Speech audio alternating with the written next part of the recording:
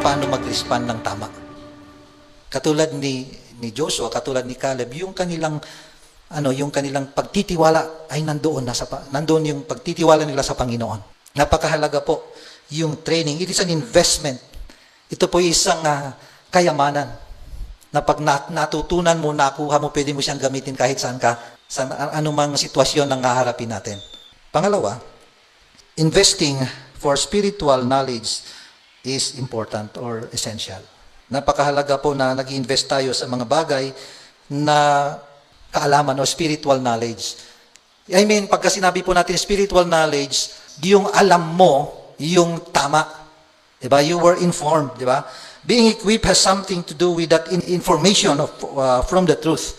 Okay, so this requires, pagka sinabi po natin information, napakahalaga po nito sa mga bagay, diba? Sa mga, pag tayo po ay meron na mga bagong kagamitan, ang unang titingnan na hanapin na paano mo siya gagamitin, diba? Ang tawag doon, information, parang something like that. Okay, kasi mahirap, hindi mo siya mapapagana, lalo na pag hindi mo alam, paganahin yung bagay na yun. Kailangan sundin mo yan. You must be informed. Diba? So this requires time, diba? Sa atin, kailangan natin, kaya may mga seminars tayo, may Sunday school tayo, mayroon pa tayong mga Bible study na natin, ginagawa natin to so that maging informed tayo. Para alam natin kung ano yung gagawin natin.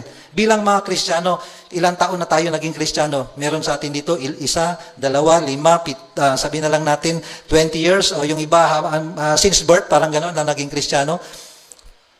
Since birth, meron Kristiyano naging since birth. Pinanganak kasi sa pamilyang Kristiyano, yan yung pagka pinanganak ka sa pamilyang Kristiyano, Kristiyano siya since birth. Okay, so sabihin na lang natin gano'n. Pero yung totoong Kristiyano, makita po natin dito, it requires talagang hindi ka lamang ligtas ka na, di ba? Ligtas ka na, so safe ka na, hindi ganon. Dahil ang pagiging Kristiyano hindi natatapos sa pagiging saved. So hindi po natatapos doon. So it requires yung time natin, yung effort natin, we have to invest para sa mga bagay na ito. Tayo po, ang hamon po sa atin, hindi natin alam, kaso lang hindi natin inaalam. At kahit alam natin, kapag hindi natin pinamumuhay, nakakalimutan natin, nakakaligtaan natin. Dahil hindi natin pinamumuhay. Mahirap na panipamuhay ito sabay-sabay. Kung pwede lang, ganun mo na lang. Hindi pwedeng ganun . Hindi lang sapat yung memorize mo yung verse. Marami sa atin nakaka-memorize ng verse. Tama po yan. Kaya yung word na equip or maturing dito, ibig sabihin, hindi man natin na-perfect, at least nandun ka dun sa stage na yon na you are trying to apply what the Word of God is saying. Spiritual food is very important para po sa ating paglago. Kung walang salita ng Panginoon, attend ka lang ng prayer meeting, hindi ka nakikinig, attend ka ng worship, hindi ka nakikinig. Just for the sake na sasabihin lang na nag-service ka, umattend ka ng ganito, umattend ka ng Bible study, pag uwi mo naman walang nangyari. So sayang. Diba? So ito po, ang gusto ko pong makita po natin dito, ay napakahalaga po ng mga katotohanan sa mga panahon na ito. Bakit nga po? Maraming ng mga nagtuturo ng kung ano-ano dyan.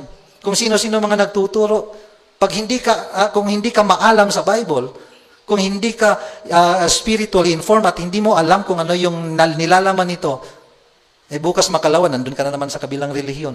Sa susunod, lilipat ka na naman. Lipat ka ng lipat. Hindi mo alam kung ano ba talaga yung paniniwalaan mo. Why? Because narinig mo lang, susunod ka na naman. Hindi mo alam kung ano yung sinasabi talaga ng Bible. So, ganun po kahalaga that we have to be informed by the facts. These are mga katotohanan. Hindi, pag sinabi po natin katotohanan, ito po yung mga katotohanan mula sa salita ng Panginoon. Hindi lamang po realidad. Magkaiba po yung realidad sa katotohanan. Yan. Tandaan po natin na yung mga bagay na nakikita natin, mga realidad yan, mga katotohanan yan, pero mawawala yan. Lilipas din yan. Lilipas din yan. Pero yung katotohanan, yung salita ng Panginoon. Anong sabi ng salita ng Panginoon? Lilipas man ng mga panahon, mga tao, mga lugar, mga bagay, sabi po niya dito. At ngunit ang kanyang salita ay mananatili.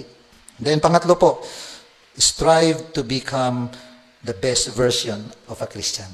Pagka sinabi, gusto kasi natin yung meron tayong kinokomparahan yung sarili natin, eh bakit si ganito? Hindi naman nagpe-prayer meeting yan, okay lang, ako pa. Diba, minsan ganun tayo eh. Eh, ito si ganito yung mga niya eh. Magkakaiba tayo. Diba? Eh, kinukumpara natin yung sarili natin sa iba. Okay, at sometimes hindi natin mapipigilan na ganun. To strive is to make a great effort to achieve, obtain something, or to devote serious effort to do something.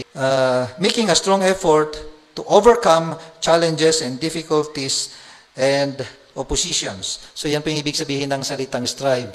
So pagka sinabi natin to strive to become the best, sabi nga natin na become the best version of a Christian, so hindi lang tayo makontento. Ibig sabihin, we have to strive na everyday sa buhay natin. Pag tinanong tayo, kumusta ka kapatid, mas mabuti kaysa kahapon. Mas magandang pakinggan.